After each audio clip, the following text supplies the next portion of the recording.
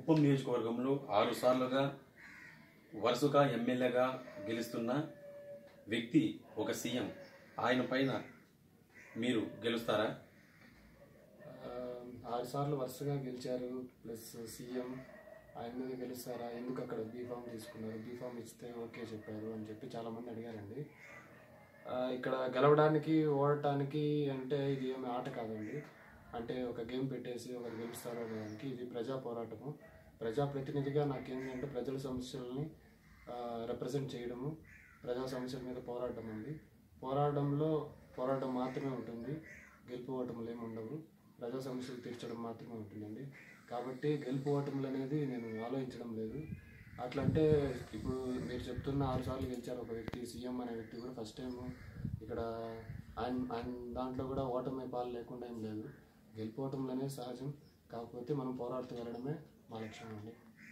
మార్పు ఏదో విధంగా తీసుకురావాలనే నమ్మకంతో వచ్చాము. సో గెలుస్తామనే గర్వం కాదు, ఓడుతామనే భయం కాదు, మార్పు తీసుకొస్తామనే నమ్మకంతో మేము రాజకీయాలకు రావడం జరిగింది. కొండను ఢీకుంటున్నారు అని మీకు అనిపించడం లేదా? కొండ అంటే నేను అనుకోవడం లేదండి. ఎందుకంటే నా దృష్టిలో కొండ అంటే కనుక ఏమంటే ప్రజా సమస్యలు ఒక 100 సమస్యలు ఉన్నాయంటే 90% తీర్చేస్తే ఆ వ్యక్తి నాకు కొండగా అనిపించచ్చు. 90% తీర్చేశాడు, మనం ఇంకేం తీర్చాలి అని చెప్పి అనిపించచ్చు. 6 సార్లు గెలిచి ఇక్కడ కుప్పం చూస్తే నిజంగా నాకు చాలా బాధ అనిపించింది. ఒక పక్కన కాన్ఫిడెన్స్ కూడా కలిగింది. ఇన్ని సమస్యలు ఉన్నాయి, ఖచ్చితంగా మనం తీర్చగలిగాము అంటే మనం ఖచ్చితంగా నెక్కుకొని రావచ్చు అని చెప్పి అనుకున్నాము. తర్వాత అందరికీ ఒక అపోహ ఉంటుందండి, ఇది సీఎం కాన్స్టిట్యుయెన్సీ, ఇక్కడ గెలవడం అనేది చాలా కష్టం అని చెప్పి. కానీ గ్రౌండ్ లెవెల్లో చూసుకుంటే కనుక ఇక్కడ ప్రజెంట్ గవర్నమెంట్కి చాలా వ్యతిరేకత ఉందండి. సో కాబట్టి గెలుస్తామని చెప్పట్లేదు, కానీ ఆ అపోహ మాత్రం కరెక్ట్ కాదని అది అపోహ మాత్రమే, అది దాంట్లో వాస్తవం లేదని చెప్తున్నాను. ఎన్నికల తర్వాత తిరుపతికి వెళ్ళిపోతారా, ఇక్కడ కుప్పంలోనే ఉంటారా? ఎన్నికల తర్వాత అంటే నేను తిరుపతికి వెళ్ళాలని అనుకోవట్లేదు. ఎందుకంటే ఇక్కడ ఇల్లు కూడా చూస్తున్నాము, పార్టీ ఆఫీస్ కూడా పెట్టాము, ఆ ఇల్లు తీసుకుంటున్నాము. గెలిచినా ఓడినా ప్రజా సమస్యలు అలానే ఉంటాయండి. సో వాటి మీద మేము పోరాడతాము. అది తీర్చే వరకైతే మాత్రం ఖచ్చితంగా కుప్పంలోనే ఉంటాను. సమస్యలు తీరకుండా మాత్రం నేను వేరే ప్లేస్కి వెళ్ళను. ఇక్కడ నుంచి నా ఊరు కుప్పం అనే నేను ఫీల్ అవుతున్నానండి. కుప్పంలోనే సెటిల్ అవ్వాలని అనుకుంటున్నాను. నేను మా వైఫ్తో కూడా డిస్కస్ చేశాను. తను కూడా క్లినిక్ కూడా ఇక్కడే అనుకుంటూ ప్లాన్ చేసుకుంటున్నాము. సో కుప్పం వీడియో సమస్య అయితే లేదండి. మీ గురించి, మీ ఎడ్యుకేషన్ గురించి, మీ ఫ్యామిలీ బ్యాక్గ్రౌండ్ గురించి చెప్తారా? నా పేరు డాక్టర్ వెంకటరమణ అండి. నేను ఎస్వి మెడికల్ కాలేజ్లో ఫోరెన్సిక్ మెడిసిన్ ఫైనల్ ఇయర్ పీజీగా చేస్తున్నాను. దాని ముందు జూనియర్ డాక్టర్స్ అసోసియేషన్గా స్టేట్ ప్రెసిడెంట్గా కూడా చేశాను. సో అక్కడ అసోసియేషన్లో చాలా ప్రాబ్లమ్స్ ఉన్నాయి మా అసోసియేషన్కి. సో వాటిని స్టేట్ లెవెల్లో కూడా చాలా ప్రాబ్లమ్స్ క్లియర్ చేశాము. దాదాపు ఒక 90% దాకా ప్రాబ్లమ్ సాల్వ్ చేశాము. సో ఆ ప్రాసెస్లో కలెక్టర్ కావచ్చు, సీఎం గారు కావచ్చు, ఎవరినైనా సరే ఎదిరించి పోరాడి మాకు కావాల్సిన న్యాయాన్ని మేము చేసుకున్నాము. సో నేను కూడా అదే అనుకుంటున్నాను. సో మేబీ దాన్ని చూసి ఏమన్నా ఇక్కడ కాన్స్టిట్యుయెన్సీకి ఏమన్నా మా జనసేన పార్టీ నాకు అవకాశం ఇచ్చిందని అనుకుంటున్నాను. ఫ్యామిలీ బ్యాక్గ్రౌండ్కి వస్తే అండి, నాకు ఒక 3 తమ్ముళ్ళు, మా అమ్మ నాన్న వచ్చి పాల వ్యాపారం అండి. ఒక 6-8 దాకా ఉన్నాయి పాల వ్యాపారము. ఆ పాలు పిండి ఏమంటారంటే అమ్మితే తప్ప మాకు జీవనాధారం లేదు. ఇంక ఎక్స్ట్రా అంటే నాకు స్టైపెండ్స్ వస్తాయి. ఇంక 2 తమ్ముళ్ళు చదువుకుంటున్నారు. మా వైఫ్, నాకు మ్యారేజ్ అయింది. మా వైఫ్ జనరల్ మెడిసిన్, అమ్మాయి కూడా ప్రైవేట్ కాలేజీలో పీజీగా ఫైనల్ ఇయర్ పీజీగా చేస్తుంది. మాకు ఇంకా నెక్స్ట్ ఏప్రిల్ 24th ఎగ్జామ్స్ కూడా ఉన్నాయి. సో ఎగ్జామ్స్ ఉన్నా కానీ ఈ ప్రజా జీవితం, ఈ సమస్యలు ఈ విధంగా వ్యవస్థను మార్చాలి, ఇదే ముఖ్యం అనే ఉద్దేశంతో, అవి కావాలంటే మళ్ళీ 6 నెలల తర్వాత కూడా రాసుకోవచ్చు అనే ఉద్దేశంతో దీంట్లోకి రావడం జరిగిందండి. మళ్ళీ తర్వాత కూడా కావాలంటే రాసుకోవచ్చు అండి, ప్రాబ్లం లేదు. సో ఎకనామికల్గా కానీ పొలిటికల్ బ్యాక్గ్రౌండ్ కానీ ఏమీ లేదండి. నేను అతి సామాన్యుడిని, కేవలం డాక్టర్ని, ఒక సామాన్యమైన డాక్టర్ని అండి. కాకపోతే వైద్యుడిగా ఇంతవరకు ప్రజల రోగాల్ని ఏ విధంగా అయితే తీర్చాలని అనుకున్నామో, ఏమంటారంటే వాళ్ళ జబ్బుల్ని ఏ విధంగా అయితే నయం చేయాలనుకున్నామో, అదేవిధంగా జబ్బు చేసిన మన వ్యవస్థను కూడా సరిదిద్దాలి అనే ఉద్దేశంతో రాజకీయాల్లోకి రావడం జరిగింది. సో దాన్ని గుర్తించి జనసేన అధినేత పవన్ కళ్యాణ్ గారు కూడా ఏమంటారంటే పార్టీలోకి ఈ బీఫామ్ ఇచ్చి ప్రోత్సహించడం జరిగింది. కుప్పంలో ఎటువంటి సమస్యలు చూశారు? కుప్పంలో అండి, నేనైతే అనుకున్నాను ఫస్ట్ భయపడలేదు. కానీ సీఎం కాన్స్టి అంటే బాగా సూపర్గా ఉంటుంది, స్మార్ట్ సిటీ లాగా ఉంటుంది, అట్లీస్ట్ తిరుపతి లాగానే ఉంటుంది, అక్కడ పోయి మనం ఏమీ చేస్తాము, సరే చూద్దాము, పార్టీ గౌరవం నిలబడాలా, నేను వెనకడుగు వేశానంటే కుప్పం నియోజకవర్గంలో జనసేన జెండానే ఎగరదు, సో కాబట్టి ఇది ఛాలెంజ్గా తీసుకొని చేద్దామని చెప్పి వచ్చానండి. చూస్తూ ఉంటే అడుగు అడుగున ఏమంటారంటే డెవలప్మెంట్ లేదండి. ఎంతసేపు ఆ సింగపూరు వాటిలో ఫారిన్ కంట్రీస్ చూపించేసి గ్రాఫిక్స్లో అమరావతి ఈ విధంగా తీర్చిదిద్దేస్తాం, డెవలప్మెంట్ సూపర్గా ఉందని చెప్తున్నారు. కానీ ముఖ్యంగా నాకు బాధేసిన విషయం ఏంటంటే ఇక్కడ ప్రజల్ని ఎడ్యుకేట్ చేయట్లేదండి. ఎక్కడ ఎడ్యుకేట్ చేస్తే వాళ్ళని డామినేట్ చేస్తారో, వాళ్ళని క్వశ్చన్ చేస్తారో అనే ఉద్దేశంతో ఎడ్యుకేషన్ అనేది చాలా పూర్గా ఉంది, చాలా నెగ్లెక్ట్ చేస్తారు. బాగా చదువుకున్నారంటే ప్రశ్నిస్తారు కదా, తెలివి వస్తుంది, అడిగే ఏం జరుగుతుందని అవగాహన ఉంటుంది, సో క్వశ్చన్ చేస్తారనే ఉద్దేశంతో ఎడ్యుకేషన్ని చాలా నెగ్లెక్ట్ చేశారు. ఒకవేళ పొరపాటు ప్రైవేట్ స్కూల్స్లో చదువుకొని వచ్చిన వాళ్ళకి కూడా ఉద్యోగ అవకాశాలు లేకుండా ఎదగనీయకుండా చేస్తున్నారు. ఎదగనీయకుండా చేసి నిరుద్యోగ వృత్తి, ఆ వృత్తి, ఈ వృత్తి అని చెప్పి గవర్నమెంట్ మీద డిపెండ్ అయ్యేలాగా చేసి, ఈ గవర్నమెంట్ లేకపోతే మనం బతకలేమేమో అనే ఒక విధమైన భయాన్ని కలగజేసి, సో ప్రభుత్వం లోబడి ఉండేలాగా చేసుకుంటున్నారండి. అది చాలా దారుణంగా ఉంది.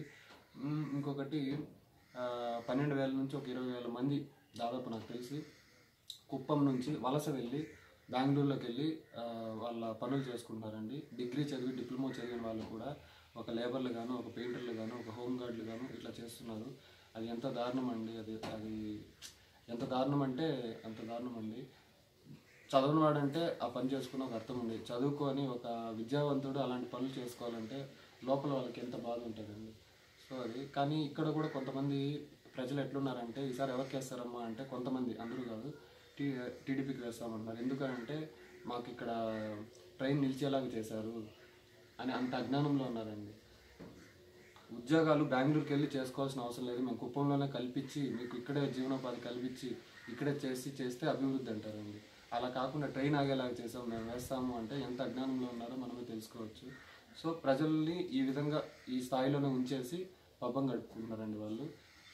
ఇక్కడ సమస్యల మీద తీరుస్తాము అని చెప్పి వచ్చిన ప్రజాప్రతినిధులు వాళ్ళ జోబులు నింపుకొని కోటీశ్వరులు అయినారే తప్ప ప్రజలు మాత్రం ఏమంటారంటే ఇట్లనే ఉన్నారండి. ఆ స్థాయిలోనే, కింద స్థాయిలోనే ఉన్నారు, వేరే వాళ్ళ మీద ఆధారపడే స్థాయిలోనే ఉన్నారు. మొత్తానికి కుప్పము కప్పం కట్టడానికి తప్ప వేరే దానికి దేనికి పనికి రావట్లేదండి. ప్రభుత్వం ఆ విధంగా చూస్తుంది, కప్పంగా మాత్రం ఉపయోగించుకుంటుంది. సో అది ప్రజల్లో జనసేనకి రెస్పాన్స్ ఎలా ఉంది? ప్రజల్లో జనసేనకి అంటే అండి యాక్చువల్గా అయితే అందరూ విసిగిపోయి ఉన్నారు. ప్రభుత్వ ఉద్యోగులు కావచ్చు, యువత కావచ్చు, ఉద్యోగాలు లేవు కదా వాళ్ళు కావచ్చు, వలస వెళ్ళే పని లేని వాళ్ళు కావచ్చు, తర్వాత స్టూడెంట్స్ నిరుద్యోగులు కావచ్చు, ఎడ్యుకేషన్ సిస్టమ్ సరిగా లేదని చెప్పి ఏమంటారు స్టూడెంట్స్లో కావచ్చు, తర్వాత పేరెంట్స్ కూడా మన ఏమంటారంటే వ్యవస్థ ఎట్లా ఉంది, సామాజిక స్పృహ ఉంటుంది కదా, వాళ్ళంతా కూడా ఒక విధమైన విసుగుతో ఉన్నారు. ఛాన్స్ దొరికితే మార్పు తెచ్చే విధంగానే అంటే ఛాన్స్ కోసం వెయిట్ చేస్తున్నారు. వాళ్ళకి కనుక ఒక నిజమైన ప్రత్యామ్నాయం కనుక కనపడింది అంటే ఖచ్చితంగా మార్పుకి సపోర్ట్ చేస్తారు. సో మేము కూడా వ్యవస్థను మార్చాలి, లేకపోతే ఏమంటారంటే ఒక ఐడియల్ సొసైటీని, ఐడియల్ వ్యవస్థని చేయాలి అనే ఉద్దేశంతో వస్తున్నాం కాబట్టి ప్రజల రెస్పాన్స్ బాగుంది అండి. ముఖ్యంగా యువతలో బాగుంది. ఆ యువతకి ఎందుకంటే ఇప్పుడు 50 years 60 years వాళ్ళకి కొత్తగా మంచి స్కూల్స్, మంచి ఎడ్యుకేషన్ సిస్టమ్ పెడితే వాళ్ళకి ఏం లాభం ఉండదు, కానీ వాళ్ళ నెక్స్ట్ జనరేషన్స్కి ఉపయోగపడుతుంది. సో ఆలోచనతో వాళ్ళు స్టూడెంట్స్ ఓకే మాకు మంచి ఒక 25 ఏళ్ళ భవిష్యత్తు ఉంటుందని చెప్పి వీళ్ళు అలాగా మళ్ళీ మహిళలు కావచ్చు, వాళ్ళకి ఇంట్లో ఉంటారు కదా హౌస్ వైఫ్స్, వాళ్ళు ఏమంటారు సరుకులు ఉన్నాయి కదా, రేషన్ షాప్స్ ఉన్నాయి కదా, ఆడికి వెళ్ళి పాడైపోయిన బియ్యాలు, పాడైపోయిన పప్పులు ఏదో ఇస్తున్నామంటే ఇస్తున్నామన్నట్లు కాకుండా అవేమీ లేకుండా మీకే మీ ఖాతాల్లో ఒక 2,000 2,500 నుంచి 3,000 దాదాపు అట్లా ఇస్తే కనుక మీకు కావాల్సింది మీరు కొనుక్కోవచ్చు అనే విధంగా జనసేన మేనిఫెస్టోలో ఉండడము. తర్వాత అన్ని అంటే రైతులకు కావచ్చు, స్టూడెంట్స్ కావచ్చు, మహిళలకు కావచ్చు, మైనారిటీలకు కావచ్చు, వీళ్ళందరికీ కూడా లబ్ధి చేకూరే విధంగా మేనిఫెస్టో ఉండడము, జనసేన మేనిఫెస్టో ఉండడము అన్ని వర్గాల్లో మంచి స్పందన ఉందండి. ఇంకా చెప్పాలంటే ఈ బీఫామ్ రావడము, ఇక్కడ నామినేషన్ వేయడం ఇవన్నీ కొంచెం లేట్గా అవ్వడం, మిగతా కాన్స్టిట్యూన్స్తో పోలిస్తే కొంచెం లేట్ అవ్వడం వల్ల మాది ప్రచార రథాలు కూడా కొన్ని ప్రాక్టికల్ ప్రాబ్లమ్స్ మీకు తెలుసుంటాయి. పర్మిషన్ కావాలంటే కూడా భయంకరంగా తిప్పిస్తున్నారు, బాగా కొంచెం ఇబ్బంది పెడుతూనే ఉన్నారు. సో ఇలాంటి ఇబ్బందులు కూడా వచ్చి మేము ప్రచార రథాలు కూడా నిన్న స్టార్ట్ చేశాము. ఆ ప్రచారాలు స్టార్ట్ చేసి పాంప్లెంట్స్ పంచడం స్టార్ట్ చేసినప్పుడు చెప్తున్నారు, మేము ఇన్ని రోజులు వెయిట్ చేస్తున్నాం మీకోసము, ఇప్పుడండి మీరు వచ్చేది, ఇప్పుడు వస్తున్నారు మీరు, సర్లే వస్తే వచ్చారు, ఇప్పటికైనా మా ఓటు మీకే, మా ఇంట్లో 25 ఓట్లు ఉన్నాయి, 20-30 ఓట్లు ఉన్నాయి, ఖచ్చితంగా మేము మీకే వేస్తాము, ఎందుకంటే మా భవిష్యత్తు మాకు ముఖ్యము అని చెప్పి. సో కాబట్టి మంచి రెస్పాన్స్ అయితే ఉందండి. ప్రస్తుత రాజకీయ పరిస్థితి కుప్పంలో ఎలా ఎలా ఎలా ఉంది? రాజకీయ పరిస్థితి అంటే అండి, అందరూ అనుకున్నట్టు సీఎం కాన్స్టిట్యున్సీ ఖచ్చితంగా టీడీపీ గెలుస్తుంది అని అనుకుంటున్నారండి. కానీ ఇక్కడ లోకల్ అంటే ఇక్కడ ఉంటారు కదా, స్థానికంగా ఉండే ప్రజాప్రతినిధులకి తీవ్ర వ్యతిరేకత ఉంది.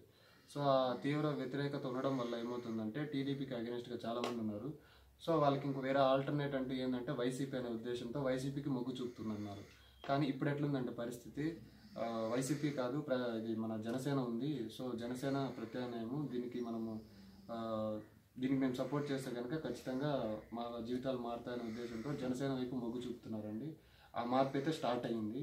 సో కాబట్టి మాకు మంచి ఓటింగ్ జరుగుతుందని మేము ఆశిస్తున్నామండి. ఇంకా క్లుప్తంగా చెప్పాలి అంటే కనుక ప్రజా సమస్యలు అనేవి ఏమంటారంటే పెడచేవని పెట్టేశారండి. ఎంతసేపు వాళ్ళ జోబీలు నింపుకోవడం వరకే వాళ్ళు ఆలోచిస్తున్నారు తప్ప నిజమైన ఏమంటారంటే ప్రజలకి ఏమి కావాలా, కూడు గుడ్డ నీరు కావాలా, ఇలాంటి బేసిక్ నీడ్స్ని ఎప్పుడో మర్చిపోయారండి. ఎంతసేపు గ్రాఫిక్స్ వీటిలోనే వాటి మీద దృష్టి పెడుతున్నారు. ఎంతసేపు బయట ఫారిన్ కంట్రీస్లో ఉన్న వాళ్ళని ఏ విధంగా అటాక్ చేయాలని చూస్తున్నారు. ఇప్పుడు పక్కన ఉన్న బెంగళూరుకి వెళ్ళి వాళ్ళు వలస వెళ్ళి చేసుకోవాల్సిన అవసరం సీఎం కాన్స్టిట్యున్సీలో ఉంది అంటే అతను ఏ మేరకు ఇక్కడ సక్సీడ్ అయ్యాడనేది ప్రజలే ఆలోచించాలి. ఇప్పుడు చాలామంది అంతమంది వెళ్ళి అక్కడ ఉద్యోగం చేస్తున్నారంటే వీళ్ళకి జీవనాధారానికి కారణమైంది బెంగళూరు. అంటే వాళ్ళు చెప్తున్నారు, మేము సీఎం అని చెప్పి మా సీఎం ఇతను అనేది మేము మర్చిపోయాము, మా సీఎం బెంగళూరు కర్ణాటక సీఎంఏ. సో ఆ విధమైన దీంట్లో ఉన్నారు. సో అదేమని వాళ్ళు ఖచ్చితంగా మార్పు ఒక విధమైన నిరుత్సాహంతో ఉన్నట్టే కదా. సో అదంతా మాకు ప్లస్ అవుతుందండి. ఖచ్చితంగా అయితే మేము మార్పు తీసుకొస్తాము. జనసేన పార్టీ మార్పు కోసం వచ్చింది. మార్పు ఏ విధంగా మొదలైంది అంటే చిన్న ఎగ్జాంపుల్ నేను చెప్పాను కదా, నేను చాలా సామాన్యుడిని, కేవలం డాక్టర్ని అని చెప్పి నేను 1 రూపీ కూడా ఏమి ఇవ్వలేదు, నా ఛార్జీలు తప్ప, విజయవాడకి వెళ్ళి వచ్చే ఛార్జీలు తప్ప నేను 1 రూపాయి కూడా ఎక్స్ట్రా ఖర్చు పెట్టలేదు. తర్వాత ఒక రికమెండేషన్ కూడా పెట్టించలేదు. కేవలం నా అప్లికేషను, నా బయోడేటాను చూసి మాత్రమే నా కుప్పం నియోజకవర్గంలో బీఫామ్ ఇవ్వడం అనేది జరిగింది. అదే ఇతర పార్టీలు చూసుకుంటే కనుక ఏ పార్టీ అండి 1 రూపాయి తీసుకోకుండా ఇచ్చేది? కోట్లలో బిజినెస్ అది మీ అందరికీ తెలిసిందే. సో కోట్లు లేకుండా నాకు ఏమంటారంటే వెనకాల బ్యాక్గ్రౌండ్ పొలిటికల్ సపోర్ట్ లేకుండా సీట్ ఇచ్చింది అంటే జనసేన యొక్క గొప్పతనం ఏందనేది మీరే అర్థం చేసుకోవాలి. సో ఇక్కడే మార్పు స్టార్ట్ అయింది. ఇప్పుడు ఇది ఆరంభం మాత్రమే. ఖచ్చితంగా రాబోయే రోజుల్లో పెను మార్పును తీసుకొస్తామని చెప్పి ప్రజలకు వినియోగించుకుంటానండి. కాబట్టి నన్ను కనుక ఎమ్మెల్యేగా అభ్యర్థిగా ఇక్కడ కనుక ఎన్నుకుంటే కనుక ఇక్కడ ప్రజా సమస్యలను ఖచ్చితంగా నేను తీరుస్తానండి. 90% ఖచ్చితంగా తీరుస్తాను. మీకు ఎప్పుడు అందుబాటులో ఉంటాను. కాబట్టి జనసేన గాజు గ్లాస్ గుర్తుకు ఓటేసి నన్ను గెలిపించాలని ప్రార్థిస్తున్నాను. అలానే మన ఎంపీ పుణ్యమూర్తి గారు ఎంపీ అభ్యర్థి, అతనికి మన ఏనుగు గుర్తుపై ఓటేసి ఎంపీగా గెలిపించాలని ప్రార్థిస్తున్నాను. ధన్యవాదాలు.